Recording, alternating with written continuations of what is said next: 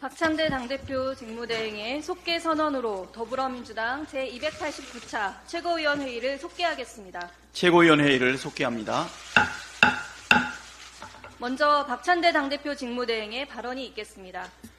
윤석열 정권 곳곳에서 친일 바이러스가 전성시대를 누리고 있습니다. 친일 뉴라이트 학자 김형석 교수가 독립기념관장에 임명됐습니다. 김형석 교수는 평소 친일 행위와 반민족 행위를 동일시해선 안 된다고 주장하며 일제강점기가 근대화에 도움이 됐다는 망언을 일삼았습니다. 독립기념관장 면접 자리에선 일제시대의 우리 국민은 일본 식민이었다는 듣는 귀를 의심케 하는 그건까지 했었다고 합니다. 그런데도 대통령은 이런 자를 독립운동 정신을 기리는 독립기념관장 자리에 기어이 앉히며 국민의 자존심을 욕보였습니다. 이뿐만이 아닙니다. 한국학 중앙연구원장과 국사편찬위원장, 동북아 역사재단 이사장은 물론 국가교육위원장과 진실화해위원장도 친일 뉴라이트 인사들이 꿰찼습니다. 역사를 바르게 연구, 교육하고 이를 후대에 전해야 할 막중한 기관들이 하나같이 친일 세력의 숙주로 전락한 것입니다. 대한민국의 정체성을 송두리째 뒤바꾸겠다는 거대한 작전이 착착 진행되고 있는 거 아닌가 하는 강한 의구심이 듭니다. 그렇지 않고서야 일본의 이익에 부합하는 인사들을 이렇게 그것도 촘촘하게 배치할 이유가 전혀 없는 통탄스러운 상황입니다. 독립운동가 박은식 선생은 나라는 육체이고 역사는 정신이다 라고 하셨습니다. 지금 윤석열 정권은 대한민국의 국가 정신을 파괴하는 역사 쿠데타를 벌이며 일본판 동북공정의 하수인을 자초하고 있습니다. 이런 반역사적, 반국가적 권력을 기다리는 것은 비참한 몰락뿐입니다. 대통령은 김형석 관장 임명을 즉각 취소하고 다른 인사들도 결단을 내리십시오. 아울러 일본의 꼭두각시 노릇을 하는 역사 쿠데타를 당장 중단하고 국민과 순국 선열들에게 100배 사죄하기 바랍니다. 해병대원 사건의 진실 끝까지 밝히고 그 책임을 묻겠습니다. 민주당은 어제 해병대원 특검법을 다시 발의했습니다. 젊은 해병의 억울한 죽음을 밝히고 국정농단의 검은 실체를 규명하는 일은 정치에 주어진 막중한 소명입니다. 국가의 부름을 받은 자식을 헛되이 잃은 유족의 아픔에 그리고 국민의 분노에 우리는 분명한 답을 내놓아야 합니다. 무엇보다 이제 한동훈 대표와 국민의 힘이 응답할 시간입니다. 한동훈 대표가 해병대원 특검법 처리를 국민에게 공언하고 많은 시간이 흘렀지만 후속 움직임은 감감무소식입니다. 국민과의 약속을 지키려는 최소한의 신용조차 하지 않고 있습니다. 국민에게 거짓말을 한 것입니까? 아니면 아직도 용산 눈치를 보고 있는 겁니까? 국민과 유족은 기다릴 만큼 기다렸고 인내할 만큼 인내했습니다. 한동훈 대표는 한가롭게 다른 정치인들 품평할 시간에 본인이 했던 첫 번째 약속부터 지키기를 바랍니다. 제3자 추천이든 아니면 다른 대안이든 자신이 생각하는 한동훈표 특검법을 즉시 발의하십시오. 그래야 협상을 하든 토론을 하든 하지 않겠습니까? 한동훈 대표 말대로 해병대원 특검법은 윤석열 정부를 살리는 유일한 길입니다. 계속해서 시간을 끌며 침대 축구만 하려다간 윤석열 정권도 망하고 한동훈 대표 본인도 함께 몰락하게 될 뿐이라는 것을 명심하십시오. 민생 정치 실현을 위해 윤석열 대통령부터 변해야 합니다. 대한민국이 처한 상황이 녹록치 않습니다. 글로벌 경제가 출렁이는 여파를 직격으로 맞고 있는 내수는 심각한 침체에서 벗어나지 못하고 있습니다. 위기 극복을 위한 초당적 협력이 필요한 상황입니다. 그러나 가장 중요한 것은 대통령의 진정성과 실천 의지입니다. 야당들이 압도적으로 찬성 의결한 법안들의 거부권을 남발하면서 대화하고 협력하자고 하면 그 진정성을 믿을 수 있겠습니까? 특히 민생회복 지원 특별법 수용 여부는 민생 협력에 대한 대통령의 진정성을 판단할 리트머스 시험지가 될 것입니다. 현재 내수 경제는 위기를 넘어 붕괴 직전 상황으로까지 내몰렸습니다. 대통령 부부가 전통시장에서 사진 찍고 물건 몇 개 사주는 쇼를 한다고 해결된 상가한 상황이 아닙니다. 시장에 실제 돈이 돌고 이것이 경제 전체에 활력을 제공하는 선순환을 회복하기 위해서라도 민생 회복 지원금 지급을 서둘러야 합니다. 국정기조를 바꾸겠다, 야당과 협치하겠다, 국민은 그동안 대통령이 했던 수많은 공수표와 부도 어음들을 생생하게 기억하고 있습니다. 대통령이 양치기 소년 같은 태도를 보이는 한 협치도, 협력도, 위기 극복도 요원합니다. 민생이 정말 어렵고 국가 경제의 토대가 흔들리고 있습니다. 여당의 초당적인 협력을 통해서 현재 마주한 위기를 돌파할 수 있도록 대통령의 책임 있는 선택과 결단을 강력히 촉구합니다. 다음으로 정청래 최고위원의 발언이 있겠습니다. 윤석열 정권, 이보다 더 나쁜 정권은 없었다. 권익위 전 간부, 숨진 국장, 명품백 사건 처리 잘못됐다. 토로. 사건 제대로 처리되지 않았는데 막지 못해 죄송하고 아쉽다. 토로해. 해법 찾아야 하는 국장으로서 무혐의 결정에 따른 비난에 괴로웠을 것. 노컷뉴스 보도 내용입니다. 국민권익위원회 간부가 스스로 목숨을 끊었습니다. 고인의 명복을 빕니다. 김건희 여사의 디올 명품백 수수 사건은 많은 사람들의 분노와 좌절, 모욕감을 안겨준 윤석열 정권의 핵심적인 치부입니다. 도덕적 양심의 벼랑 끝으로 내몰리는 공무원들이 곳곳에서 고통받고 있을 겁니다. 검사들이 출장 뷔페에 가듯이 김건희 여사 앞에 불려가 핸드폰 뺏기고 신분증 뺏기고 수사했다고 하니 국민권익위야 오죽했겠습니까? 예외도 특혜도 성역도 없이 조사하겠다던 검찰총장도 결국 사과를 할 수밖에 없었던 윤석열 정권의 무도함이 끝내 아까운 한 공무원의 목숨을 앗아갔습니다. 윤석열 정권, 이보다 더 나쁜 정권이 있었을까? 야당 탄압 정적 제거 이재명 대표 죽이기에는 전대미문의 폭력을 휘두르고 김건희 여사의 도이치모터스 주가 조작 의혹, 디올 명품백 수수 사건은 정권의 명운을 걸고 철통방어합니다. 일찍이 군사독재 정권에서도 찾아보기 힘든 모렴치의 극치입니다. 이러니 윤석열 정권을 두고 전두환 정권보다 더 잔인하고 이명박 정권보다 더 비열하고 박근혜 정권보다 더 무능하다고 하는 겁니다. 예전의 잔인하고 비열하고 무능했던 독재 정권도 국민에게 잘 보이려고 하는 척이라도 했고 착한 척이라도 했고 야당과 협력하는 척이라도 했습니다. 그런데 윤석열 정권은 무지몽매하고 무지막지합니다.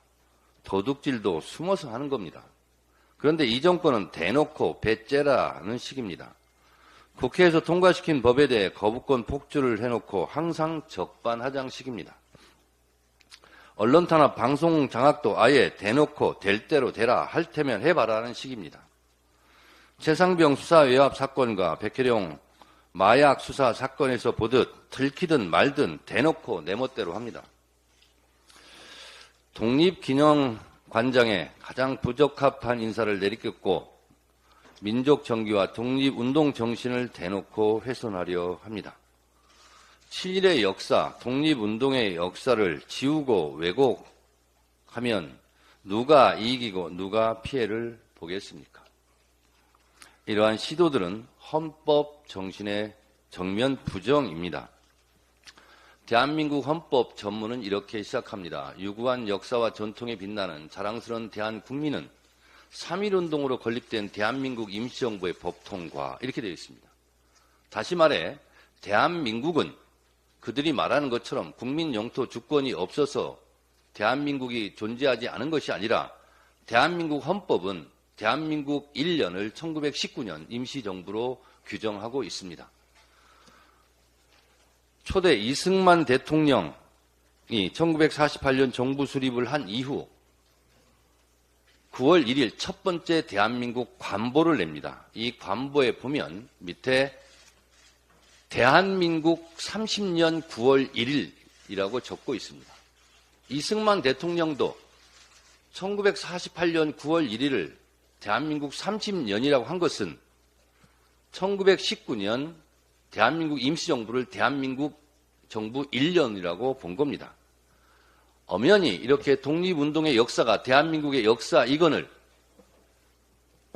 8.15 해방 이전에 정부 수립 이전에 대한민국은 존재하지 않았다는 식으로 말하는 것 자체가 헌법 부정입니다.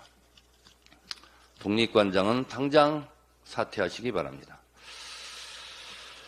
경제는 망가지든 말든 대책은커녕 대통령은 휴가 가서 휴가 중 개업 휴업 상태입니다. 정치, 경제, 외교, 안보, 사회, 문화 어디 성한 곳이 없습니다.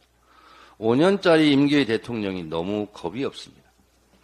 지난 총선에서 국민들은 윤석열 정권을 매섭게 심판했고 사실상 심리적 탄핵을 했거늘 이 정권은 나몰라라 마이웨이입니다.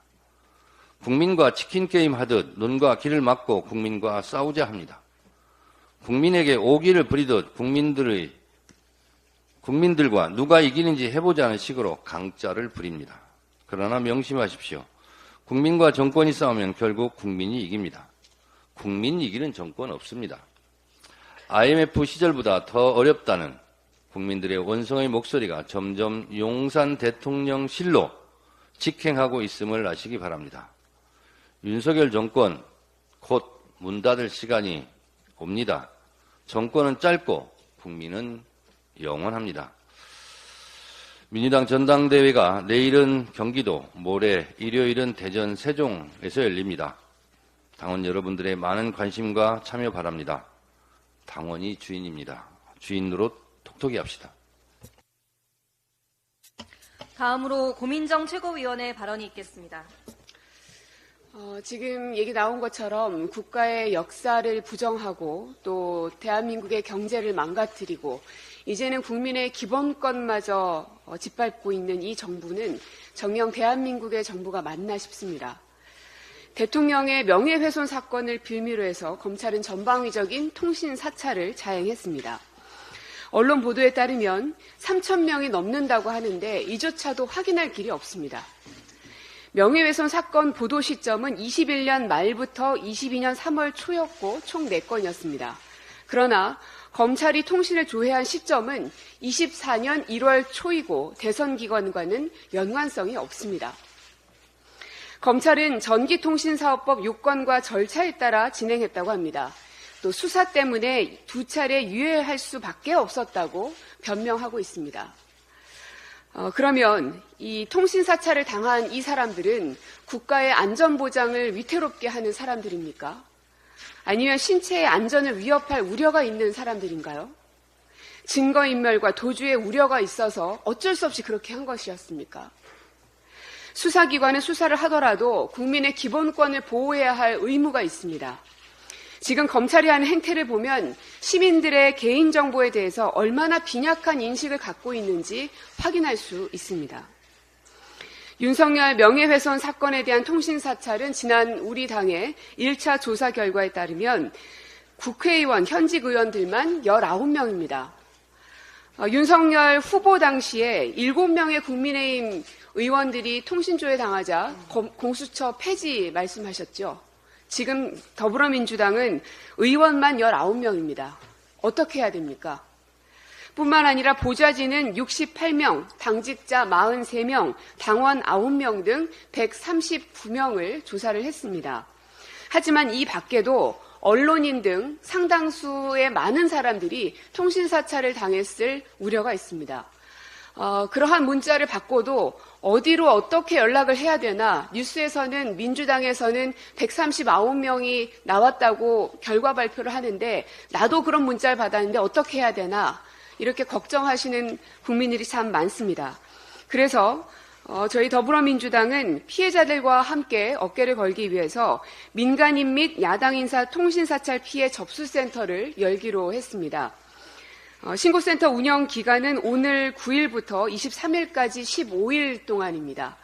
그리고 신고 방식은 옆에 보시는 것처럼 1577-8552번으로 전화를 주셔도 좋고요. 아니면 인터넷 접수도 가능합니다. 그게 아니면 더불어민주당 중앙당사 3층에 검찰 독재 정치 탄압 대책위가 있으니 그곳에서 방문 접수하셔도 되겠습니다. 꼭 1577-8552번 전화번호 꼭 기억하셨다가 통신조회를 당한 문자를 받으신 국민 여러분들께서는 민주당 당원이든 아니든 전혀 상관없습니다. 대한민국 국민이라면 누구든 이 접수센터로 신고해 주실 것을 다시 한번 요청드리겠습니다. 이런 무차별적인 통신 사찰은 여당의 의원들조차도 우려를 표명하고 있습니다. 대통령의 심기를 거슬렀다는 이유 하나만으로 언론인, 야당 정치인들, 일반 시민들까지 무차별적으로 통신 사찰을 당하는 나라가 민주국가는 아닐 것입니다. 이 마구잡이식 통신 사찰을 자행한 검찰 독재 정권을 심판해 주십시오. 그 만행이 세상에 드러날 수 있도록 시민들의 적극적인 참여를 부탁드리겠습니다. 다음으로 서영교 최고위원의 발언이 있겠습니다. 전화번호가 1577-8522 8552 1577-8552 서영교부터 피해 신고합니다. 서영교 피해 신고합니다. 저희 보좌관도 통신 사찰을 받았다고 합니다. 그래서 보좌관이 전화를 했습니다. 왜 저를 통신 사찰한 거죠? 라고 물었더니 수사 중이라 답변을 못한다고 합니다.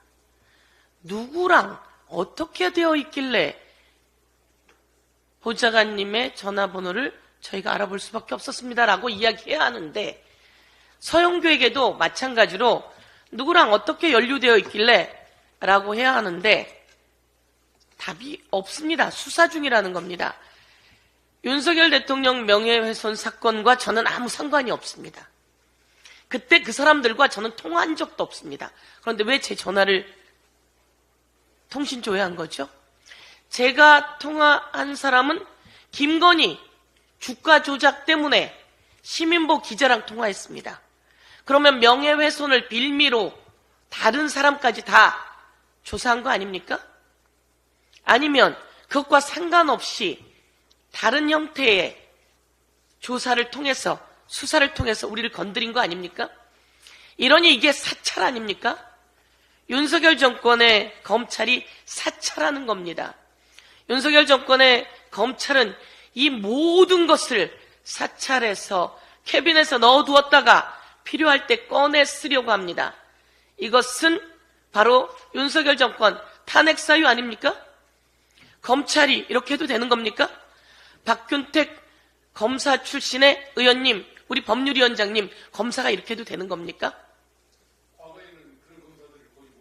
그렇습니다. 그런 검사 안 되는 겁니다.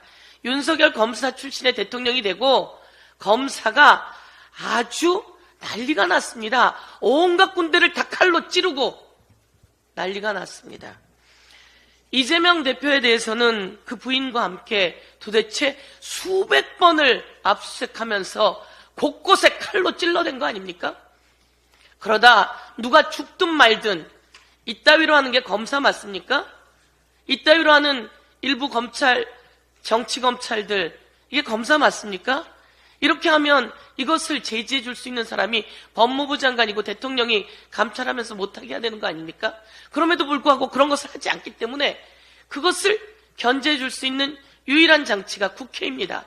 국회에서 무모하게 감찰하고 사찰하고 그리고 압수수색하고 이런 일 하면, 그리고 모해 위증시키고 조작하면 그 검사 국회에서 조사해야 되는 거 아닙니까? 그동안 우리가 그것을 못 해왔는데요. 이제 국회가 낱낱이 그런 검사들의 잘못된 행태를 조사하고 이에 대해서 법적 조치하고 그리고 처벌도 받게 할 겁니다. 서영교 통신 사찰 왔다고 제가 신고합니다. 천인 공노할 일이 또 벌어졌습니다.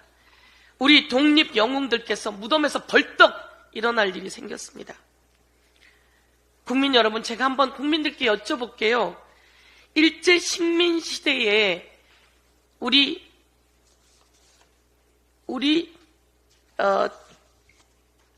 한국의 국적은 어떻게 됩니까? 제가 한번 물어보겠습니다. 일제 식민 지배 때 한국의 국적은 어떻게 됩니까? 일제 식민 지배 때 한국의 국적은 무엇입니까? 한국 아닙니까?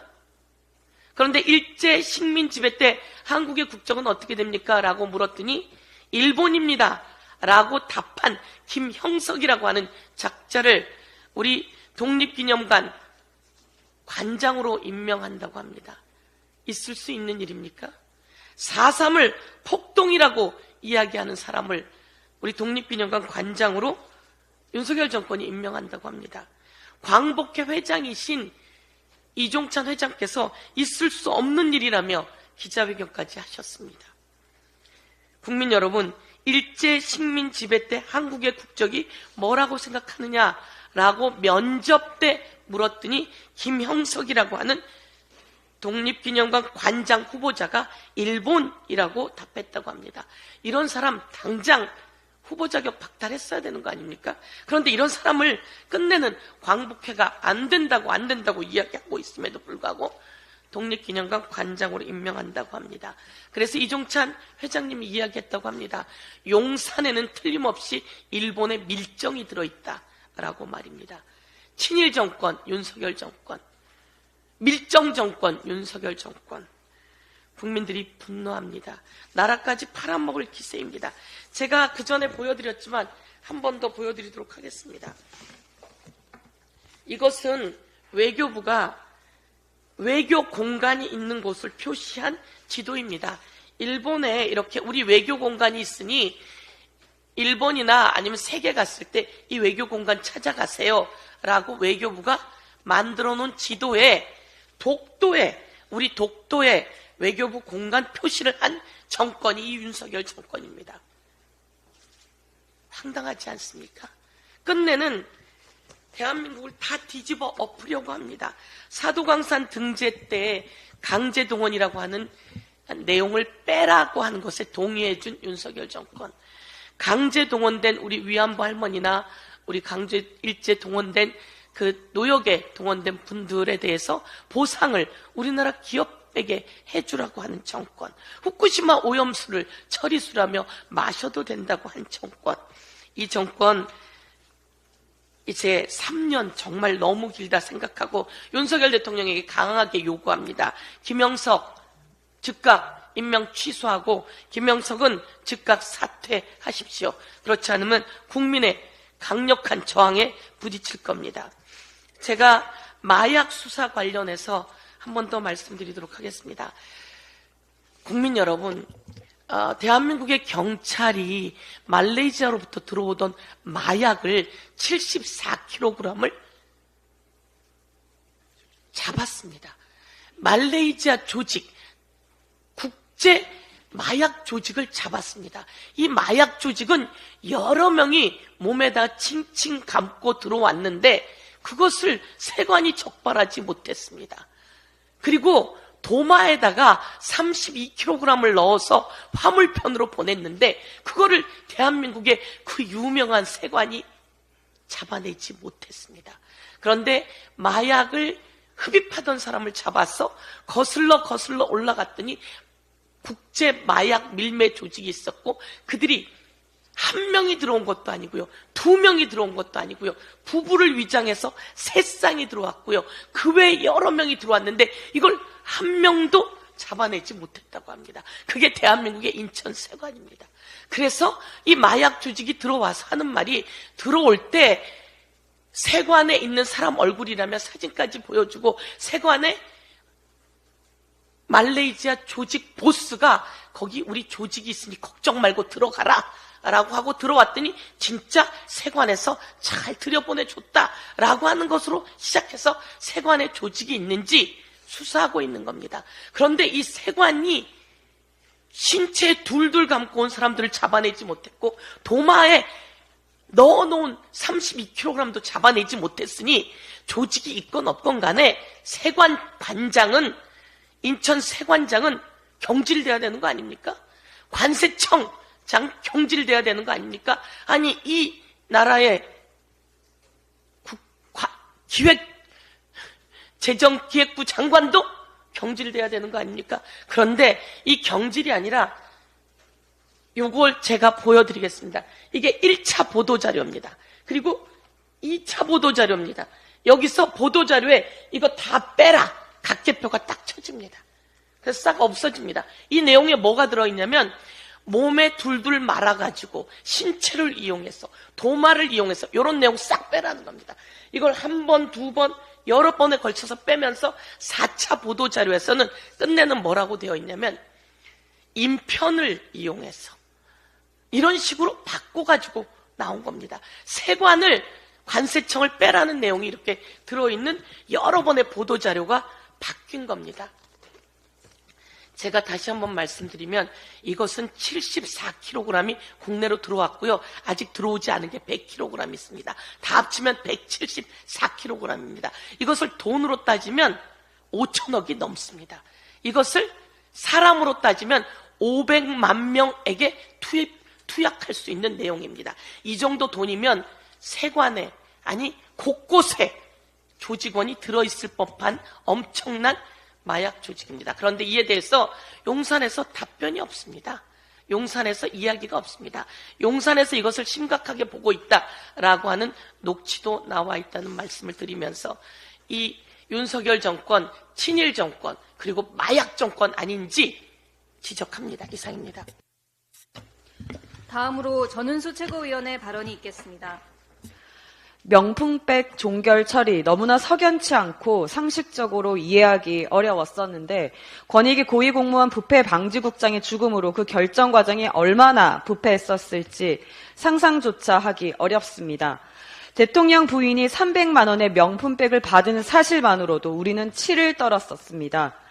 직무 관련성이 없다며 권익위의 조사 없는 종결 처리에 우리는 말문이 막혔습니다. 이제 공무원은 부인이 선물을 받게 하면 되겠다. 이게 나라냐? 공정과 상식이 있냐? 얼마나 많은 비난이 쏟아졌습니까? 권익위 홈페이지에 영부인께 엿 300만 원어치 선물 드리고 싶은데 보내도 괜찮나요? 시계는 안 되는 것 같은데 백만 되는 건가요? 이런 조롱 섞인 질의도 많이 올라왔었습니다. 권익위 직원들 얼마나 자괴감 들었을까요? 청렴 정책과 청렴 조사 평가, 부패 역량 분석, 행동 강령, 신고 업무 등 총괄하는 부패 방지국의 국장 직무 대리를 수행했던 분으로서 20년 넘게 이 일을 해왔던 공직자로서 이번 사건의 종결 처리는 매우 고통스러웠을 거라 생각합니다. 300만 원짜리 명품백은 우리 사회에 너무나 큰 파장을 주고 있고 아직 그 파장은 끝나지 않고 있습니다. 잘못된 것임을 인정하고 바로 사과했다면 이렇게까지 죄 없는 사람을 괴롭게 하지는 않을 수 있었을 텐데요. 또 다른 무언가로 덮으려 하지 마십시오. 덮으려 할수록 걷잡을 수 없이 커질 겁니다. 이제는 하나씩 드러나야 합니다. 권익위 공직자분의 명복을 빌며 죽음에까지 이를 수밖에 없었을 정도로 괴로웠던 그 과정이 국민들 앞에 밝혀질 수 있도록 해야겠습니다. 윤석열 정부 인사 특징, 친일, 막말, 극우는 기본, 그리고 한 가지가 더 있습니다. 각 역할의 대척점에 있어야 임명될 수 있습니다. 예산 전문가를 환경부 장관으로, 제주 4.3 사건 폄훼한 자를 민주평통 사무처장으로, 반노동주의자를 노동부 장관으로, 방송장악기술자를 방통위원장으로, 독립부정하고 친일파 명예회복하겠다는 사람을 독립기념관장으로 임명합니다. 1948년 이전 우리 국민은 없고 일본 국민만 있었다. 독립기념관장 면접 때 한 말이라고 합니다. 이게 할 말입니까? 이진숙 방통위원장 임명이 인사참사의 정점인 줄 알았는데 정점이 끝이 없습니다. 독립기념관장 임명은 인사참사의 대정점입니다. 광복절을 목전에 앞둔 이 시점에 일부러 국민들의 분노를 일으키고 싶어서 안달난 것 같습니다. 독립기념관장 임명 즉각 취소하십시오. 즉각 사퇴하십시오. 마지막으로 강민구 최고위원의 발언이 있겠습니다. 강민구입니다. 공포의 검은 월요일이었습니다. 지난 월요일 코스피가 8.77%, 코스닥은 11.3%가 폭락했습니다. 증시 개장 이래 역대 최대 낙폭으로 최악의 하루였습니다. 시가 총액 235조가 증발했습니다. 온갖 악재가 겹치면서 금융위기 수준이라고 증권가에서는 위험 신호를 알립니다. IMF 때와 비슷할까봐 두려움이 앞섭니다. 97년 IMF 직전의 우리나라 모습은 지금처럼 부동산 경기는 엉망이었고 자영업자들은 힘들어했습니다. 결국 기아 사태와 한보 사태 등 건설사의 부도와 국제수지 적자로 이어졌습니다. 당시 김영삼 정부는 한국 경제는 위기가 아니라고 했습니다. 하지만 우리는 돌이킬 수 없는 위기를 맞이했고 결국 IMF 구제금융을 받게 됐습니다. 제대로 된 대책과 해결책을 내놓지 못했고 언론과 재벌, 정부가 나서서 우리 모두의 잘못이라며 책임을 국민에게 떠넘겼습니다. 결국 전 국민이 나서서 금모기 운동이라는 제2의 국채보상운동으로 위기를 탈출했습니다. 현재 윤석열 정부도 마찬가지입니다. 우리 모두의 잘못이고 우리 모두의 책임이라며 빠져나가려야 합니다. 주식시장 하락은 일시적이고 조금 지나면 회복될 거라고 합니다. 불안한 전조현상에 대한 대비책은 보이지 않습니다. 이러다 보면 대통령의 존재도 수증기처럼 증발할 수도 있음을 깨달으시기를 바랍니다. 지금 대한민국은 심각한 위기입니다. 최근 티몬 위메프 사태, 건설업체의 연쇄부도, 자영업자들의 절박한 아우성과 위기, 증시 폭락 사태, 부동산 침체와 부동산 PF의 위기로 경제의 기본 구조가 무너지고 있습니다. 국제수지와 무역수지가 적자이고 물가와 금리는 오르고 경기는 침체되고 성장은 1%의 성장으로 주저앉았습니다. 이런 경제 위기를 윤석열 정부는 대충 덮고 넘어가려 합니다. 현 정부의 능력치가 한계를 드러내고 있습니다. 직장인진 올해 휴가 계획이 없는 이후의 50% 이상이 경제적 여유가 없다는 겁니다. 여유가 없는 국민의 삶과 심각한 국가적 위기 상황에 휴가 가서 거부권만 만지작거리는 대통령은 당최 어느 나라의 대통령인지 묻지 않을 수 없습니다. 대한민국의 국민은 깨어있는 위대한 국민임을 명심하시기 바랍니다. 1577-8552 통신사찰 막무가내로 전국적으로 했습니다. 대구의 원내위원장 2명과 당직자까지도 포함되어 있습니다. 윤 대통령은 뭘로 엮으려고 이렇게 검찰을 통한 사찰 정치를 하는지 다시 한번 묻고 싶습니다. 이상 발언을 마치고 당대표 직무대행께서 회의를 폐회하시겠습니다. 289차 최고위원회의를 폐회합니다.